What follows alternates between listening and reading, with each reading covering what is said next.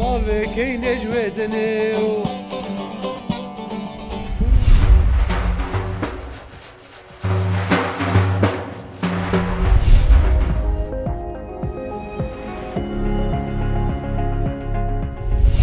سڵاوتان لێبێت و تەندروست باش بن. بەرنامەی کۆوار بۆ ئەم هەفتەیەش کۆمەڵێک بابەتی هونەری و کولتوری بۆ ئامادەکردوون. پێکەوە تەماشایان دەکەین و نووسەر و هونەرمەندەکان باسی ئەزموونی خۆیان و نوێترین بەرهەمەکانیان دەکەن.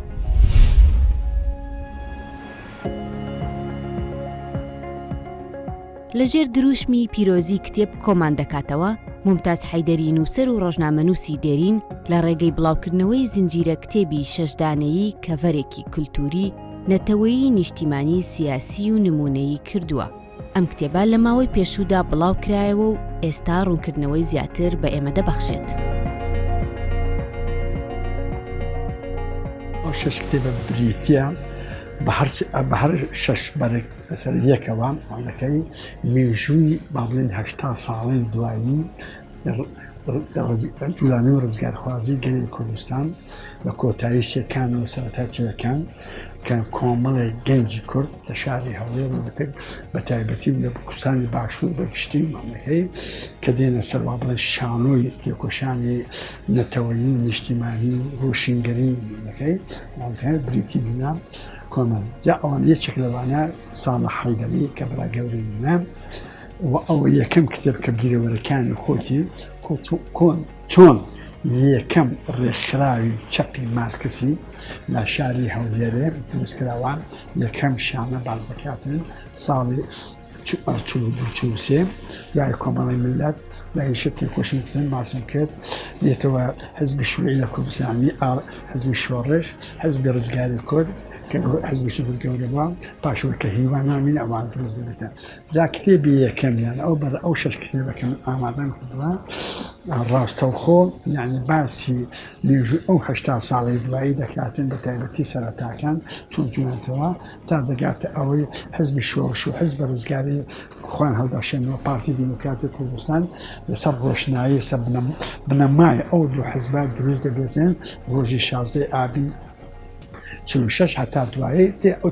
کۆمەڵە گۆڕانکاریی بەسەر هاتووە جوولانە نیشمانسە ئاستی عێراق و لە ئاستی کوردستان و لە ئاستی هەولێر و شارەکان دیکە تا دەگاتە ئەو کاتەی یعنی ساڵە حەیدەری بەخۆ 2001 کۆچی دوای کردرا کتێبی دووەمیان 600 لاپەڕا بەڵام بە زمانی کورد و عەرەبیەت عەرەبی نووسیەتی بەڵام دوای پرۆفێسۆر دکتۆر ئازاد عوبێد وەرجێڕێتەوە سەر زمانی کوردی کتێبی سێیان دەربارەی ساڵح حەیدەری لە ناوەی ماستەرە دکتۆر بورهان حاتەم پێش ئێستا دکتۆرە ناوەکەی دەربارەی ساڵح حەیدەری ڕۆڵی ساڵح حەیدەری دەوری ڕۆشنبیری ساڵح حەیدەری لە جوولانەوەی نیشتیمانی جیهانی ڕۆژنامەگەری کوتاب ساڵح حەیدەری نووسەرێکی گەورە بووە ڕۆژنامە نووسێکی گەورە بووە یەکەمی ڕۆژنامەی نهێنی لە مێژووی ڕۆژنامەگەری کوردیدا لە شاری هەولێر بەدەست نووسی ساڵح حەیدەری بە خەت نووسراوە بەکەلەکە شەهید نافیع نووسێ کتێبی سێم و باسمان کرد بە کورتەکە کتێبی چارەم ئەوی جەمال حەیدەری چاکبرا گەورەمە کە ئەندامی مەکتەبی سیاسی حزبی شووعی عێراقی بووە ساڵی 63 بەدەست بەعسیەکان شەهید کراوە ئەویش ناوێشی ماستەرە مامۆستا بارزان محەممەد عەلی ماندەکەی دەربارەی وەرگرتەوە باسی ڕۆڵی جەمال حەیدەری دەکاتن جەمال حەیدەری وەکو سەرکردەیەکی نمونەیی سەرکردەیەکی هەڵگرتووە ئاستی کوردستان و ئاستی عێراق و ئاستی جیهان ناسراوە و حتا دکتۆر عەبدولفتاح بۆتانی لە ڕۆژی گفتوگۆکەدا کە سەرۆکی لیژنەکەی بوو دەڵێت تەنانەت نووسیتم پێشەکی ئەکانەدا بەڕۆنامەی دکتۆرەش بەشی جەمال حەیدەری ناکە دەوری ئەوەندە بووە کتێبی چوارەم ئەو کتێبی چوارم دەربارە جەمال حەیدەری کتێبی پێنجەم دەربارەی منە کە دەوری من لە مەیدانی کولتوری و خەباتی نهێنی و خەباتی ئاشکرا و ڕۆژنامەنووسی ئاشکراوەیەوە مندەکەی ئیشم کردووە هەتا دەگاتە ئەو ڕۆژگارەی بەردەوامە دەرچوونی گۆڤارێکی بچێت و لە قاسمی لە ژورناڵ بەرهەمەکان حەیدەری نامە کە 2000 لاپەڕە ئێتر ئەو کتێبان هەم باتە کتێبەکانی پێشترم داری ماوەرانە نۆسەڵە شەوقیە نۆسەڵ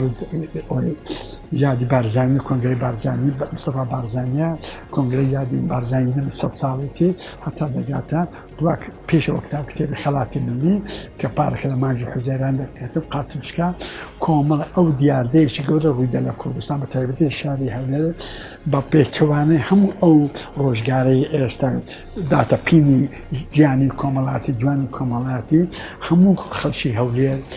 بە تایبەتی بە هەموو ڕێگەکانیانەوە خەمەکی گەورەیان گرتو بە پەرۆشەوە سەردانیان کرد لە نەخۆشخانە زۆر فەیسبوک نووسا زۆر نامە نووسا ڕۆژنامەکان نووسن ئەمەش گوتن ئەو دیاردەی جوانە لەو زەمانە وەکو دەڵێ یان با بڵێن ئاڵۆزەدا لەکە دژوارەدا ئەگەر ناحیە سیاسی کۆمەڵایەتێکەوی لە ئەمریکەوی وەکل بە ناوی خەلاتی ملی لایەن کۆمەڵان خەڵکی دڵسۆزەوە ئێتر ئەو کتێبە شەشەمیان بە ناوی کەشکۆلە کورتوی ئەویش بریتیە لە کۆمەڵی دیڕاسات یەکم یەکێکیان پرۆفێسۆر دکتۆر ئازاد عوبێد دەربارەی گۆڤاری کەیگەستوێک کە مەستوێک ژمارەم یەکتیان بە قەبارەی ئەیفۆر تا 1000 لاپەر بۆ ئەو زەمانەکەی دەوری گۆڤاری کەیگەستوێک لە ڕۆژنامەگەری کوردی نهێنیدا بە تایبەتی ئاشکرا لە شاری هەولێر چ بووە بابەتی دووەم باسی تەخەڕوجەمە دەکە باسی دەرچوونە دوو خوێندکار بەشی مێژوو دەربارەی نازن و خوشکمیان نووسیان کە نازن ڕۆی نازن حیدری سیاسی حزبایەتی دەکەی کولتور کەچکەم نووسیانکتەبێ بابەتی چوارەم چەند کتێک دەربارەی منی نووسی و ئیش باسی تەخەڕوجە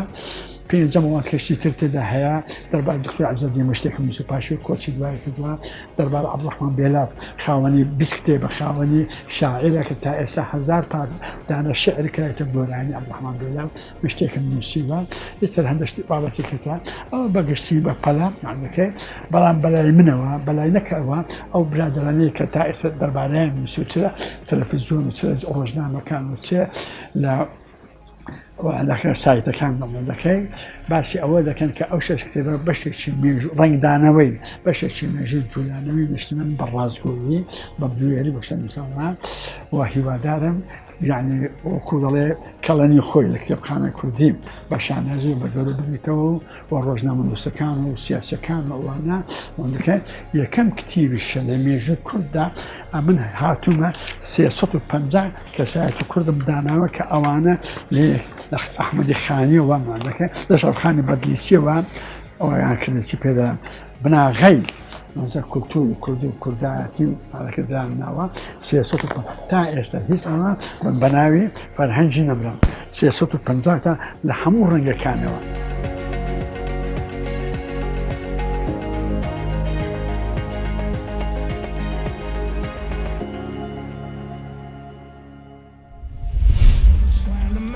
So many travel there. I'm going down while I'm still young, my darling, meet me there. Wish me luck, my lovely, I'll send for you when I can.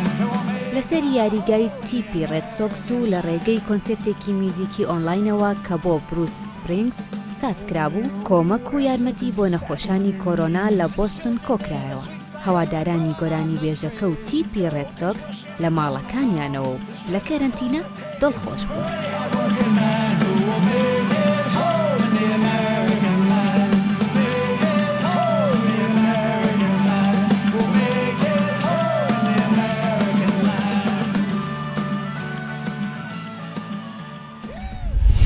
لە سەردەمی پێش هاتنی ئیسلام دەف لە میوزیکی کوردی و ئێرانیدا هەروەکو ئامێرەکانی دیکە هەبووە.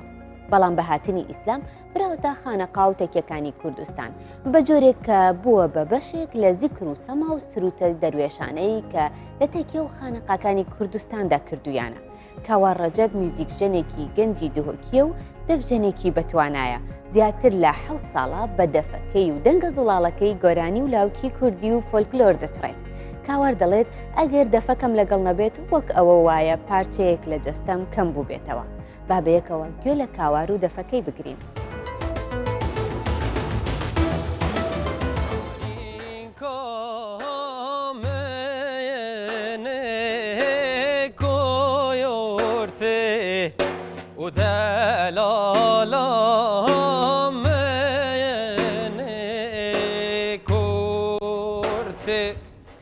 وعشيرة مايال باب خيورتي وعشيرة مايال باب خورتي وما خوش کویو میگرته و مبو خوش کویو دف جبركو دنگ دفه بو من چو بشمته هسته که دیه جیهانک و دیو گلک و گلک و تایبه دفن و از او دفعه و پدری 7 ساله هم پی و از او وکی تمام کرد اکیت لیود یعنی اگر او نبید نزانم جیان بوم دیاب زحمت بید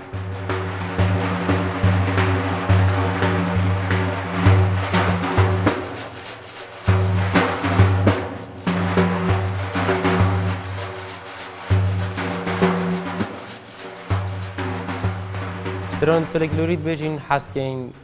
دوباره استران ساخت کمه و اگر تنه هاری کاری ما بیت تکرنش لای هر جهت اکی و دپتر شین خدمت اکی دپتر شین اف فلکلور ما هی اوه چندین سال برزه دوباره بینینو اف جیل نکه بونو من گنجت سردم اوه شنا گوی خوب دانه شوازه که دی استرانه نه ده گوی خود دانه فلکلور خو وارو خوش وارلو ویلو ویلو وارو خوش وارو بر بن شورو لمالامه وارو خوش وارو بر بن شورو لمالامه که علی تک باش و پراستی چند استرانت فلکلوری بشوازه که گله که جوان گود بون من گله گوداریو و استرانات کر من پتر حشوی استایلی کرن حشوی اسلوب وان گود نکر مثلا گنجه که بودینا پشم تشته که هورامی بیجم استرانه که شوازه هورامی بیجم لوری بیجم هر زاراوی که دیه هی مثلا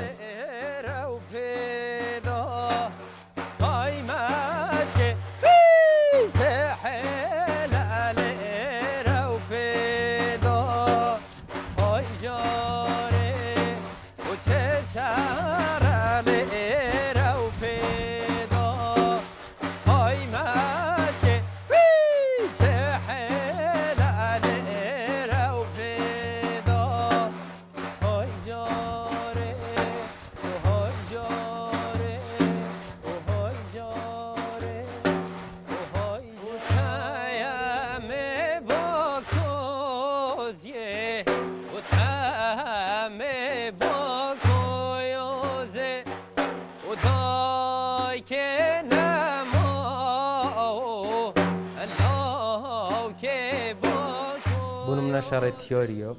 گوب شواز درویشی هات یک گوتر من حس کردم بیچم من یکم بسیار کو پال پشت و پشتوانم نه هر سرکی بابم بوده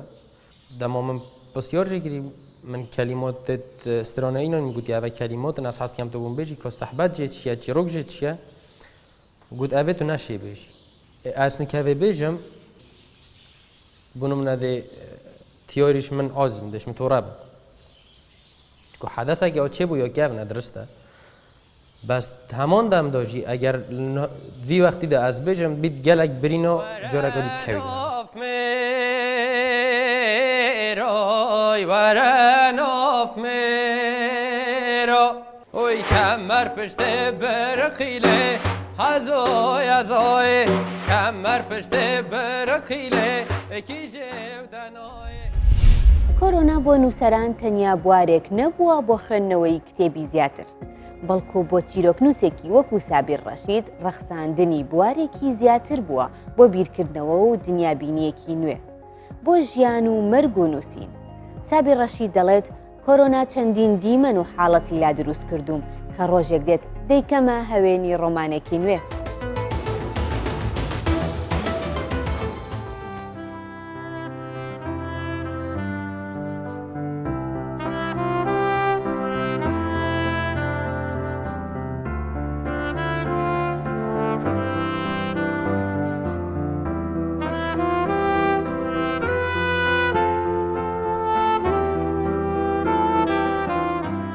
پەتایە هەموو شتێکی لە دنیا گۆڕی، هەموو پەیوەندێکی ژیانی گۆڕی، هەموو شتەکانی خۆشی و ناخۆشیەکانی ژیانی گۆڕی کردیە جۆرێکی تری. بیرکردنەوەی مرۆڤیشی کرد بە جۆرێکی تر. بۆیە بیرکردنەوەی ئێمەی نووسەرانیش بۆمان بوو بە جۆرێکی تر، یعنی بە ناچاری وامان لێهات بووین بە جۆرە بیرکردنەوەیکی تر. ئەوەش لەبەر ئەوەش بوو هەم سوودیشی هەبوو هەم زیانیشی بۆ ئێمە هەبوو. سوودەکەی بۆ ئێمە ئەوە بوو کە کاتیمان زیاتر بۆ ڕەخسا بتوانین خەریکی نووسینەوە و خوێندن بین. وەکو خۆمیش زیاتر کاتم بۆ ڕەخسا ئەوەی کە نەمتوانی ئەنجامی بدەم لەو ماوەی کەرەنتینەدا بەڕاستی سوودێکی زۆرم لێوەرگرتوانیم ئەو پرۆژانی کە ماوەیەکی زۆر بوو دام نابوو دەرفەتم نەبوو بە هێز و توانایەکی زۆرەوە هاتم بە گوڕ و تێنێکی ترەوە بۆ ئەوەی پرۆژەکان تەواو بکەم. ئینشاڵڵا لە دوا ڕۆژیشدا دەتوانم بیکەمە کتێب و پرۆژە و چاپیان بکەم.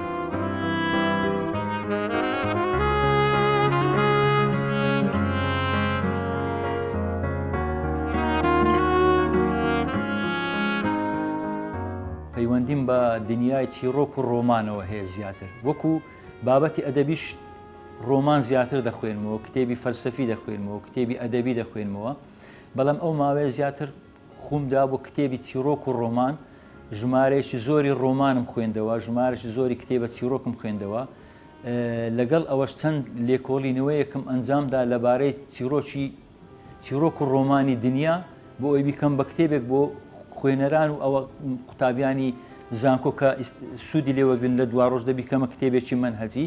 و هەروەها چەند لێکۆڵینەوەیەکیشم لەبارەی چیرۆکی کوردی و ڕۆمانی کوردی ئەنجامدا. پێشتریش لێکۆڵینەوە و بابەتم هەبووە لەسەر ڕۆمان و چیرۆکی کوردی، بەڵام ئەوای کە من پێشتر تەواوم نەکرد بوو ئێستا لەو کەرەنتینەیەدا بیرم لەوە کردەوە پرۆژەی ترم هەبوو ئەنجاممدا. دەتوانم بڵێم 5-6 پرۆژەی زۆر گرنگم لەو ماوەی ئەنجامدا. یەک لەوانەکە گرنگترینیان بوو ئەنتۆلۆجیای چیرۆکنووسانی کە بەشی ئەو جاریان بەشی هەولێرە چیرۆکنووسانی هەولێر ئەنجاممدا. لە دوا ڕۆژیش بە تەمامە ئەنتۆلۆجیای چیرۆکنووسانی کوردستان ڕێک بخەم.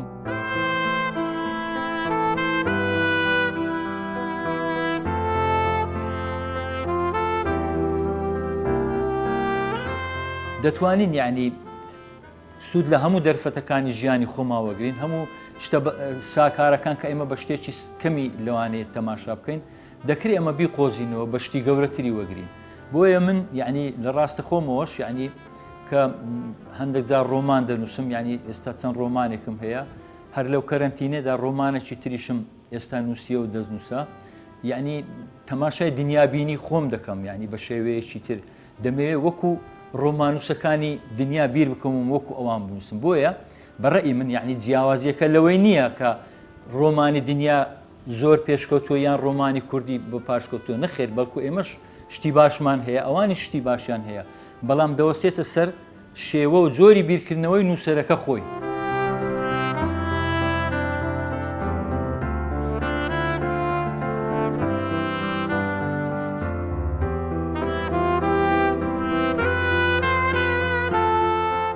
دەکرێت ئەگەر ئێستاژ نەبی لەدایک بووبی چیرۆک یان ڕۆمانێک بتوانم تایبەت بە کۆرۆنا لە مێشکی خۆم، بەڵام دەیان وێنە و نمونەم هەیە لە مێشکمدا دروست بووە، حتممە ڕۆژێک لە ڕۆژان ئەو وێنانە ڕنگ دەداتەوە دەنووسێت، چونکە ئەدەب من پێم وایە ئەدەب ڕنگدانەوەی ژیانە، ئەتوو هەموو نووسەرێک ناتوانانی بەدەر لە ژیان شت بنووسی، ئەگەر هەتوو چەند ئەدەب یعنی ئەدەبێکی مۆدەرن بنووسی، نووسەرێکی نوێ خوازبی، بەڵام ناتوانانی بەدەر لە واقع و لە ژیان ئەتوو شت بنووسی، چونکە بیرکردنەوەی ئێمە لەنا ئەو قۆزاخێ لەنا ئەو کۆمەلگای ئەو کۆمەلگا کوردەواری خۆمانە کە تێیدا دەژین، ڕنگدانەوەمانە و تەماسمانە و هەڵسوکەوتمانە، پەیوەندیمانە لەگەڵ خەڵک، لەگەڵ دەوروبەرمان، لەگەڵ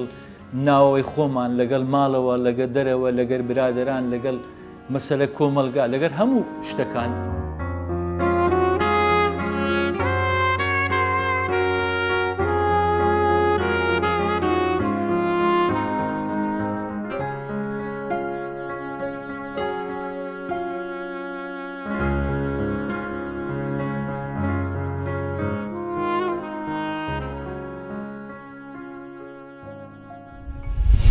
وشەی پۆپ لە بنەڕەتدا کورتکراوەی وشەی پۆپیلەری ئینگلیزیە واتە بڵاوبوونەوە بەناو خەڵکدا بە شێوەیەکی بەرچاو لە هەموو بەشەکانی هونەردا گوێبیستی ئەم وشەیە دەبین بەڵام لە میوزیکدا بە میوزیکێکی میلیدا دەنرێت کە لە سەردەمی مۆدرنەدا لە ویلایەتە یەکگرتووەکانی ئەمریکا لە ناوەڕاستی پەنجاکانی سەدەی 20 دروست بووە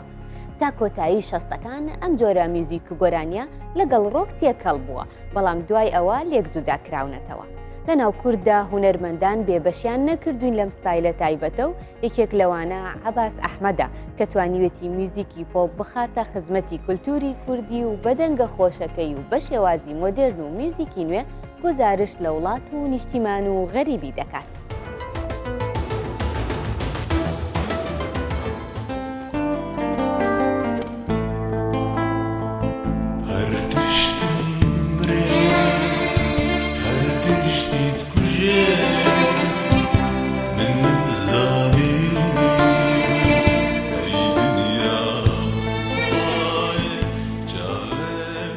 ئەم نزیکە 25 ساڵ از ئەڵمانیا دژیم گوندێکی بچووچک ماڵبەتامە هەیە دزارۆکێمە خانمامە هەیە ئەم مۆزیکێ چێتکن مۆزیکا پۆپ مۆزیکا مودێرن یا کوردی وسترانی فلکلۆری ئێگەلەری ئەم ئاواکی پشێواکین و داتخن مۆزیسیان گەلک هەنە گروپاما هەیە کوردن ئەڵمانن 6 کاسێت لە وڵات چێکردن و 4 CD مل ئەوروپا ئەڵمانیا چێکردن باوێکەی نەژوێدنێ و بروشکوونی وێ بلێ و ئەسکەینێ بگرنج بەدێنێ و تۆ لێ مارکم سەرمالێ و هەیلێ و لێکەینێ گران گران لێکەینێ گران گران کەینگاوۆکە لەم چادران پێکامە ئەلتربەسپیە ئەز گوندێکی نزیکی تربەسپیە شرهمیە خودی ئەزدام ئەمرێن پێشە ساڵی و ژیانە خۆلور دەرباس کرد ئەز بێژە ژیانە خۆم هەموو تربەسپیە دەرباس کرد تربەسپی بۆم بیرهاتنەکە یا زارۆکتیا منە وڵاتێ منە ئەز گەلکی بێریاوێت کەم خەونە منە کۆ ئەز ڕۆژێکێش خەورا بم و ئەس ببینم گو ئەل تربەسپیێمە گوندەک هەبوو تیرێژە ڕۆژێ لێ نەبوو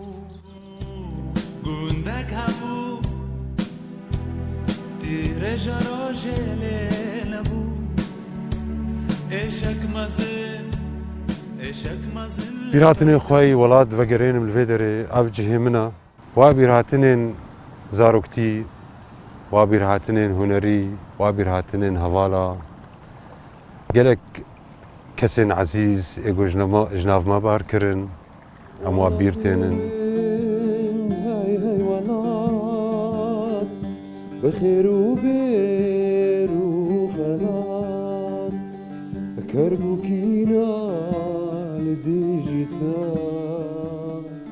جابنتا دجلا وفرات ستایلا منی هوnerêjîkê min dît ku hunera Kurdî bi rengî ji renga divê hemû reng bikevnê de ya mûzîkek ew jîkê bêwka mûzîka vaqa milleta gelek reng tê de çêbin bi awakî ji awaya min jîkê mixwast ku ez vî rengê hinekî instrumentên nû werin ma mûzîka Kurdî كبروشكل برجمانه سيانه سيانه كبروشكل برجمانه شان صالا بايكتم شان صالا بايكتم ورنا كرنا قامه Projeyê me ji bo paşerojê yanî em berdewam dikin strana çê dikin awaza çê dikin lê klîp pêşiya min in yek do ez dixwazim wanakê ji bo guhdar û temaşevan û heyranan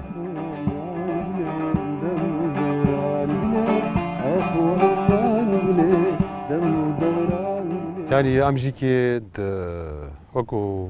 hunermend li gor vê jiyana û zor dariya